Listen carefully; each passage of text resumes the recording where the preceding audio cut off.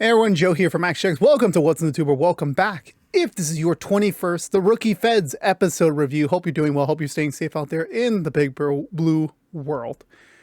It's not to say the last rookie episode crossover, the last one for the season, was sadly a crossover light. So it was mainly for promotion. Very bummed. I will say this made a very good episode of Feds, overall speaking. Crossover wise, it's just like, Nolan and Simone literally just like, okay, we're gonna do one more like actual pop-in appearance on each other's show before we go into like a pretty like sizable finale, which honestly, now I saw the promo for next week's episode of The Rookie, I'm like, I'm scared of shit. Am I really scared of shit? Like, I don't know. Like, that's the thing, like, it may be procedural, but they gotta keep you on your toes. But anywho, so this week on Feds, mostly it was just like they were kind of setting up the backbone of the mystery of the week for the Feds on the Rookie, and then so they save themselves a little bit of exposition, which okay, that kind of made sense realistically, but it was kind of odd. But besides that, like the weird crossover premise setup, this mainly was just another Feds episode with just Nolan making an appearance in the first half. But regardless of that, I feel like it made for a little bit of suspense. So definitely, again, I feel like my one criticism with the Rookie this season overall with the Rookie universe is just the promotion. I understand you're promoting to get the most people to watch. But what the thing is that when you promote your crossover event, your last one for the year, and you only had your main characters crossing over, which I'm like, okay, yeah, you're not wrong, but like the way you're insinuating like, a Feds agent got kidnapped, Laura got kidnapped. It's echoing. I mean, it's not the first time a Rookie character has been kind of pseudo kidnapped and then resolved in the same episode. Like we had Lucy kind of, we had Nolan for a little bit. Like it's not the first time. Nor I think it will be the last. But like the way when you promote it as like, it's a big event, and then it literally was like mild spoilers for the episode. Half the episode really that was the focus on. I was like, okay, I'm kind of bummed about that. I honestly preferred if they had switched them, like, no, do a true two-parter. Had obviously Feds be the leeway and, set up Laura, because like it would make sense for Laura to get kidnapped on her own show and then have Rookie kind of like, resolve it kind of. But it's like I don't really 100% like know what the decision making was. I really don't know, and I'm still kind of bummed that like literally the big like the hook of the actual crossover, which again is a 2-hour crossover event. That's what they're billing it as, but like the main substance of what you're promoting was like in the last half hour, which I'm like, I'm not trying to criticize it. But I'm like, I feel like after having a whole season filled with crossover promises, like only the one in January felt genuine of like this is a true crossover. Everything beyond that was like the title alone. And again, I do understand, like, it could have been like, oh, they were pitching this crossover as like, oh, Rookies on Sundays and Feds on Tuesday, and people got short attention span. Like, no, I do understand, yeah, people have short attention span, but like there was the age of like when the Arrowverse crossovers happened, where like you would have to wait till the next night to figure out what the next part of the story was. Those did happen, and yeah, you still have Grey's Anatomy doing that with Station 19, and I don't know what other universes are doing. And CSI, CSI. There's too many damn shows that I'm going to list off now. But right now, like for me personally speaking, in a Feds episode, it was very, very good. For a crossover event, I feel like for me this was the weakest in terms of just how they marketed this and how literally once again. They didn't screw the pooch. It didn't result in 2 bad episodes of their shows. It resulted in 2 really good episodes, but it definitely didn't really have like, the stakes that I was looking for when they were promoting this. But with that being said, let's just go for the butcher recap and talk about this week's episode of The Rookie Feds. So we're kind of queuing in on a date that, we got a couple, they're kind of making out a little bit, and the girl goes to leave and the guy's about to go in his car. Some other guy's like watching him.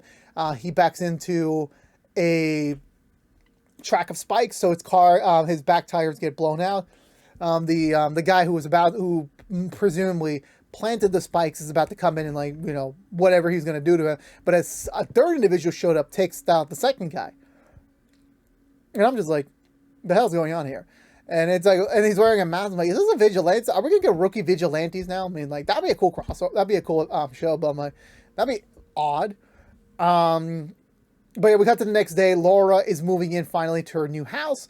Marcus and Toll visiting for a while to witness so they can Christian her new house together in almost every conceivable room possible. Which I'm like, why? Just why? But yeah, anywho, they're about to start their lovemaking. However, she gets a call from Garza. It's a big old case. Everyone's getting called in, despite the fact Laura requested a day off. That is not part of the plan. So she has to go and has Mark to do the moving. And there's also a big test for them because, of course, he just dropped the big L word in front of her. But she didn't quite return it yet. But she feels that, oh, if you were able to handle the movers for me and know exactly how I would like my house to be laid out, I would appreciate it. So I want to say, yeah, so we regroup back up at Fed's HQ. No one's there and told. They're basically picking up the case from last episode on the rookie over here, where they've discovered these two body parts that were dismembered, but they were like very pricey to consult. Eventually, once they do a little bit more research, it was done by a water picker, not the little machines you use for your tea, but like industrial size one, which can cut through anything because the speed of the water is faster than the speed of light. So now they're trying to figure out, like, who can it be? Like, obviously, once they do even more research, it indicates, like, oh, it has to be someone in construction or someone who, like, was very trained in a factory or in an industrial setting. No one accidentally cues himself out because, he's still, like, a contractor by trade. So they're going to do all the research. It's all hands on deck on this one. Antoinette is going to lead the forensic shot, and for some reason, damn, I forgot Garza's niece again. I really forgot. Sorry. She's just popping in and out. She's got to be a series regular next season, so I can remember her name more. She volunteers to be Antoinette's assistant, also shadowing her for the day so that she can learn more about this specific area. Nolan bids farewell to Simone as he returns back to LAPD duty, back to his show.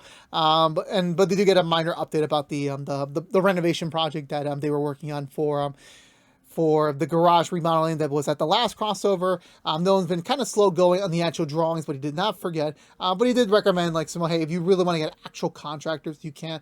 But Simone's like, no, I trust you. I trust your vision, and you can give me the friends and family discount. So I'm definitely going to use that up because I'm pretty sure their salary is not quite too much, mind you. So Nolan leaves, so everyone's like focusing down on the case. Eventually, I want to say Antoinette does a little bit more research. She manages to find an identifier inside the one of the arms that they found.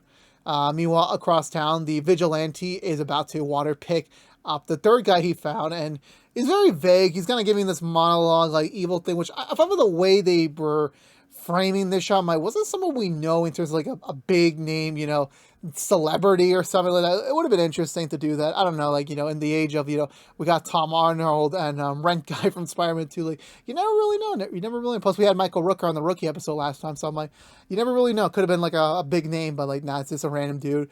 Monologuing, not really giving much of his motivation, but he does indicate that, like, he has what's coming to him as he begins his proceeding to kill him. Eventually, once they get the two identifiers for the people, they pursue offwards to go. And what was I going to say? No, not yet. So they go to do more research on the biological evidence against him. Wow, I want to say, I forgot what the motivation was. What was the in between that and the next scene? I really forgot. I know eventually. Yeah. So the next so they managed to get ID on one of the guys, and then they find out that he was an ex-convict. He got out of jail. He found a new wife.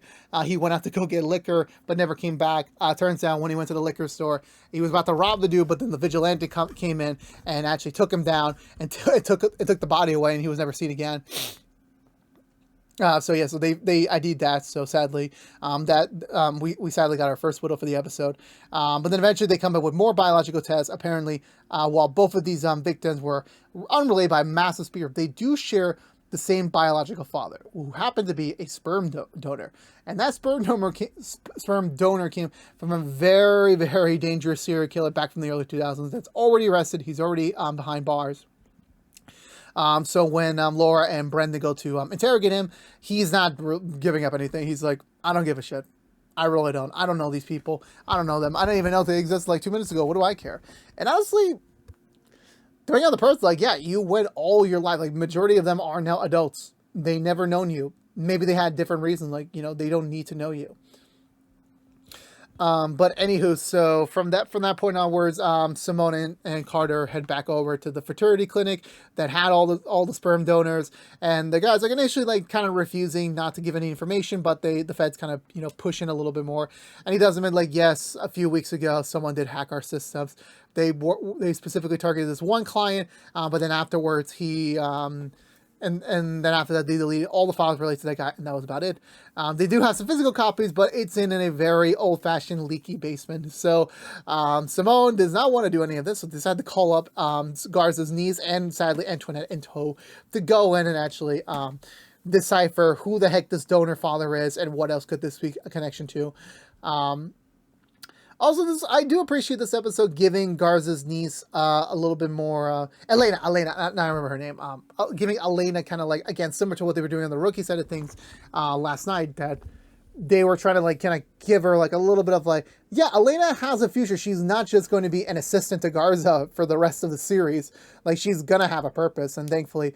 they do give her purpose. They do give her like, oh yeah, that like she's interested in what Antoinette does as like a potential career avenue, and definitely Antoinette is liking being a mentor. So this definitely is working out in their stead. I want to say post that point, we shortly get to, so Simone and Carter are heading their way back. Simone, they cut for the hospital and they find Carter there in the waiting, not the waiting room, but like in the main bay. He admitted himself in because he had a headache, had little light spells of dizziness, and you know the nurse is like, yeah, he looks totally fine, but because of his age, we're gonna have to admit him for overnight observation just to make sure he is okay. And he makes a slight comment of like, please, you could have easily like ring me out in like a couple minutes. You just want to get more money out of me, which I'm like, that is not true. That is not true, but it's also not false. So I think after that point, we get to, Simone initially wants to stay put in like, you know, comfort her dad, but between the investigation and everything else, she can't really stay, but she does ask the nurse to give her regular updates on him and make sure that everything's fine with him while she goes back on the case. Meanwhile, throughout, Mark's calling in Laura about the room, and like she's just not happy with anything he's picking out, like in terms of like the layout and everything. So definitely for sure, it comes due for like, you know, some more renovations. Not renovations, the show on Disney Plus. I know it was a bad tie-in, I really know. So once they eventually find the match, and it's like, okay, they're all matching point. They're all matching to like, you know, one dad, and the dad had, you know, given his sperm donor to 7 kids. So that's 7 possibilities. So we already know 2 is dead, and we now know a third one is kidnapped. So that definitely leaves them 4 kids to figure out, and the records only show 2. Well, they only found 2 records. So one was one dude and one was a woman. So Laura and Brendan call up the guy, and the guy's like, you know, obviously the guy like the murderer himself, but so that's our big indicator, like, you know, he's got a personal vendetta here, but he is like not really giving the best well-rehearsed thing. He's like really being kind of choppy with his response. He's getting a little too personal. Definitely rubs Laura the wrong way, but considering the circumstances, she's not going to really, you know, lure too much into him right now. Simone and Carter go to visit the other woman with Nolan in tow because it's a crossover. We got to have Nolan in there somehow. Just that's because how it works. So they go in. She's a little hesitant. Nolan goes to distract the kid for a little bit, playing with his train set. While Simone and Carter tells her like, yeah, you have a donor for a father, and the father's a serial killer, and we seem to believe that, you know, recently there's a bunch of murders going around where they're all connected to this one father, so we're going to put you under protective care for now, just to be on the safe side. Meanwhile, the actual killer himself is outside in the backyard, you know, just watching them, knowing that, you know, he's gonna get caught, and he's literally there, and he sees the doggy door open, which I'm like, there ain't no dog. And then we see the kid there, I'm like, oh god, no, what were you doing? Like, no, you had a job to watch this kid. What the hell were you doing? This is the one time I'm actually going to yell at Nolan because, like, what were you doing? Eventually, once they notice the guy in the backyard, and they eventually know the kid missing, they immediately raise it up to code red and everything. So they go outside, expecting to run into the killer, but he already ran away. He already got to. The kid, thankfully, is left alone. But the kid is holding a ring as a sign of, like, yes, I have one of them. I already killed one of them, and I'm coming after everyone. However it may seem, when they regroup back at the base, Garza's like a little bit concerned. I'm like, why didn't he take the kid? Because, like, he is still technically an offspring of now the grandpa. So I'm like, wouldn't that make sense for the guy to take him too? But maybe he doesn't. Maybe he has a code against kid. Who really knows? But right now they really can't pursue much into this investigation. Just like we'll pick things up back in the morning with a fresh perspective. Simone goes to visit her dad. Everything seems to be fine. Her dad's still a little bit, kind of like bothered the fact that Simone's giving him way too much attention. It seems like every episode Cutter has a problem with something Simone does, which I'm like, oh, the irony. I love TV dads. Meanwhile, apparently Brendan and Antoinette were invited over to, not by Laura herself, but like Mark, to come over and christen the new house together with like a little meet and greet, little like, housewarming party, which of two couples, which I'm like, okay. To be honest, I am watching Big Bang Theory right now in terms of rewatch when we got to the house scene, which I'm like, I don't quite think they're at that stage yet to do house, hangouts. Like, I know Rookie doesn't do them that often. It's just usually maybe once in a blue moon. They'll have like a big gathering at one of their houses. It doesn't seem to be the case here now. Where was I going to go with that? So Laura's like taking advantage of the situation, still just having Mark and Brendan just like move around all of the furniture in her house while Antoinette's just like, again, like I feel like this is the one, like, they sell even now. Like, this is kind of a little bit like, they're not quite there yet to be like, hey, we're good friends at work. Like, they're getting there, but like, I still don't like, besides Thanksgiving, it didn't really reach to me of like, they're at that stage of like comfort yet with coming over to each other's houses just quite yet. They're about to open up a bottle of wine, but sadly their cork popper is not available there. It's in one of the many boxes Laura packed. So Laura decides to say screw it. She's going to go buy a new one from the store across the street. She decides to go alone, which I'm like, Laura. Why am I not surprised? So she goes outside and she gets electrocuted not electrocuted, stunned by the killer himself. She gets taken away while, Brendan and Mark were like kind of pondering about the murderer.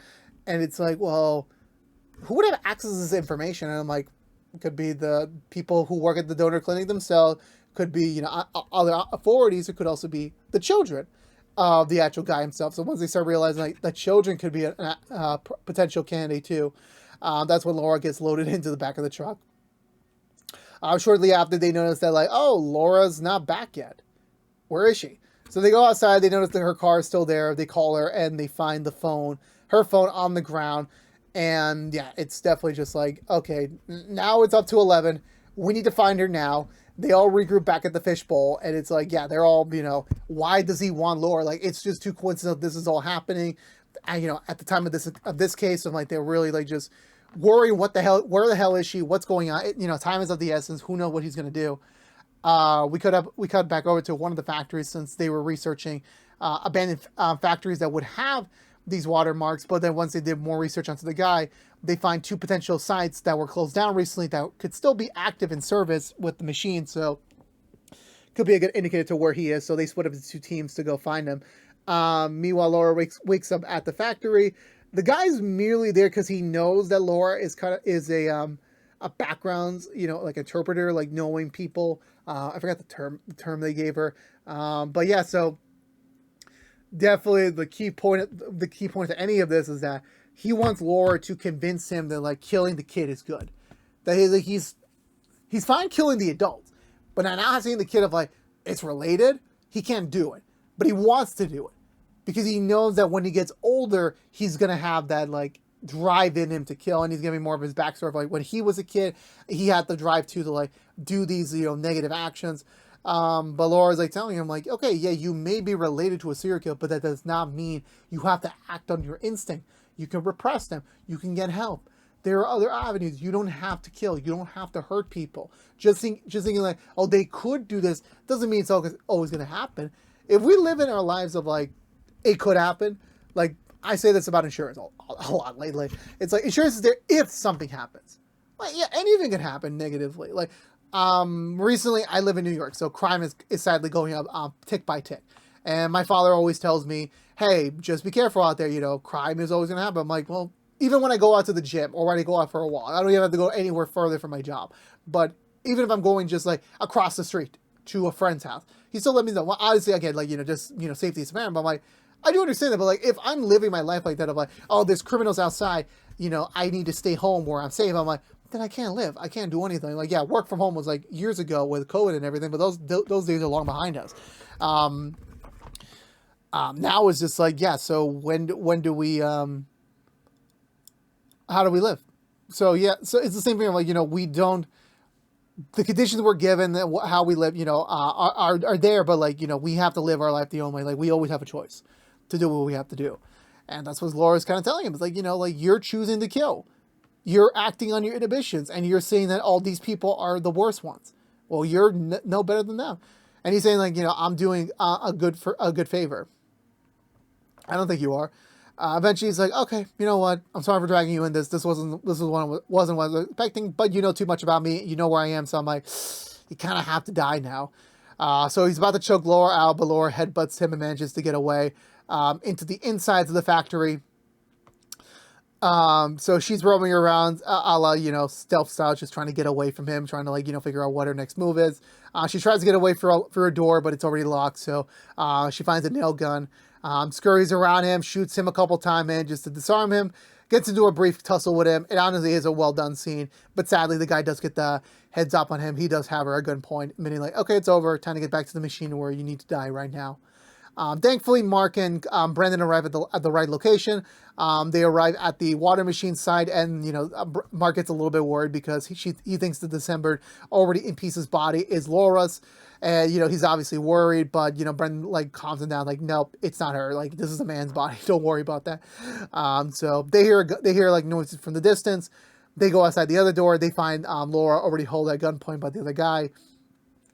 It's a pretty quick draw off scene. The guy doesn't really want to kill Laura because like she did nothing wrong. So he decides, okay, I'm at wit's end here. I got 3 FBI agents like right in front of me. I can't take them all down. So he lets Laura go, decides to kill himself because, like, you know, at least I'll take out the email. So the remaining children, that's on you. If they do anything bad, that's all on you. So yeah, so he's taken down. Brendan goes to make sure he is down.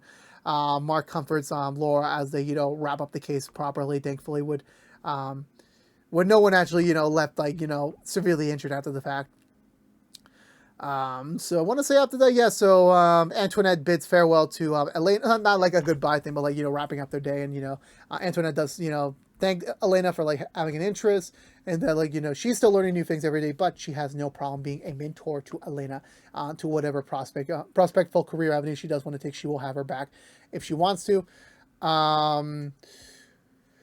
Yeah, I want to say after that, yeah, Simone goes back to the hospital to pick up Cutter, who's been cleared for release. Turns out he just had a minor ear infection. That's it, a couple pills, and he'll be good to go. Cutter apologizes for, you know, being a little bit brash with Simone trying to treat him, and it's like, you know, he just doesn't want to feel like he is frail or anything. He just doesn't feel like that, but he does understand there are people that love him and that he needs to be more open to help when it's available to him. So they agree on that as they head home. Laura is able to go back home with Mark, and you know, despite a very long day, you know, like, despite the fact this will be a special day with her moving into this house and everything to start her brand new life fully, that she was thankful nothing bad happened to her, because she did want to say to him, I love you, properly before she died, and she did. And you know, honestly, it is sweet. It is very sweet for them. I definitely do believe they belong together. How will they eventually get to be together? Who knows? That's a big question mark for the future. But until then, Laura decides, you know what? The couch is not entirely where I like it to be. I think we need to move it back. Which I'm like, I feel so sorry for Mark, but I also feel lucky for Mark. But that was it for this week's episode of the Rookie Fed / the crossover. Yeah, I'm going to be honest with you, crossover-wise, I feel like of the 4 we got advertised this season so far, it definitely was the weakest, and I was actually pretty bummed. I was hoping like the final one would end it strong. It didn't. It was mainly, okay, Simone, come on the rookie. Nolan, come on rookie feds. This is the case from the rookie going to rookie fed. That's about it. That was the crossover aspect. Which I'm like, okay, maybe I'm wrong. Again, I'm not used to ABC crossovers because the CW had their way with crossovers. Every network does crossovers differently. Every writing team does crossovers differently. I don't know how a lot of other shows do it because I haven't watched that many crossovers, to be mind you, since I was a kid and since the Arrowverse days. So I'm still pretty novice. So if this was good enough for you, that's great for me. I was expecting something more bigger, something more really hands on deck. But it was nice to see one more Noah and Simone interaction for the season before we wrap it up for this year. But definitely on the main episode side, I thought it was really good. I definitely enjoyed it. Definitely, like, that was a different aspect of things. Would have been interesting to explore a potential Vigilantes line a little bit more. So, but yeah, seeing it was mostly Laura centered, kind of getting her like out of her comfort zone, kind of getting her to admit to her emotions and admit, fear in danger of the heat. Otherwise, getting to see Elena, like, kind of step up a little bit more, trying to, like, get her, like, a definite storyline for the future. Hopefully, if the show gets to season 2, I mean, come on, ABC, you announced, like, 4 renewals last week, and you're not giving feds anything. It's got to be this week. If we don't get anything by this week, I kind of have worrisome feelings about it, but we will see. We will see. But then again, I think Rookie Season 1 ended without Season 2 renewal, so could be the case. C'est la vie. Who knows?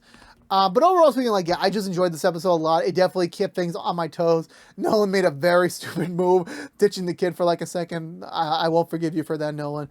The villain was quite interesting, so to speak. Definitely wasn't like the most interesting at all, but like he still had a very interesting motivation, so I do follow alongside it. But like, I'm still very bummed. Like, they advertised this as a crossover event, and it wasn't a crossover event really. It was just like just like a pop-in, that they could have advertised. Okay, but a secret. You didn't have to advertise it, but it is what it is by that front anyway. But yeah, I think for me, I'm gonna give this episode just 2 thumbs up in the basic sense, just basing on like just the scene alone, the stalking scene with Laura and the killer, and just everything about this was still really good at the end of the day. It just kind of bums me, like, the final crossover of the season was the weakest of all in that aspect. But let me know in the comments below, what did you think of the Rookie Feds episode, and what did you think of the crossover overall? Did you like it? Did you hate it? Let me know. I'm always down for conversation down below. But I believe that's going to do it for me today, everyone. So if you're unaware, this has been What's the Two from ActionX, reviewing every episode in the hopeful first season of the Rookie Feds. Give us that season 2 already, ABC. If you're unaware, again, this has been ActionX. If you want to know what we're doing normally, What's the Tube, besides our Rookie Feds episode reviews. Currently, right now, we are doing Walker episode reviews, Perry Mason reviews, and Rookie episode reviews each and every week at the brand episodes on their respective platforms. But if you don't care about Feds, you're in luck. We'll be back next week for the season finale review, so stay tuned until then. The week after that, we'll be doing season 2 predictions video. Should we get one, and then a season 1 review for anyone who has yet to catch out the first season, which is now available on Hulu. So go check them out all there. So we'll still be in business for the next few weeks or so. But again, thank you so much for watching. Please subscribe if you haven't yet. Like, favorite, share if you want to. Ring the bell, and as well follow us on social media. But until we see each other again, for all you members of the Feds out there, I'll see you next week for the season finale. But until then, stay safe out there, be good to each other, and as always, peace out.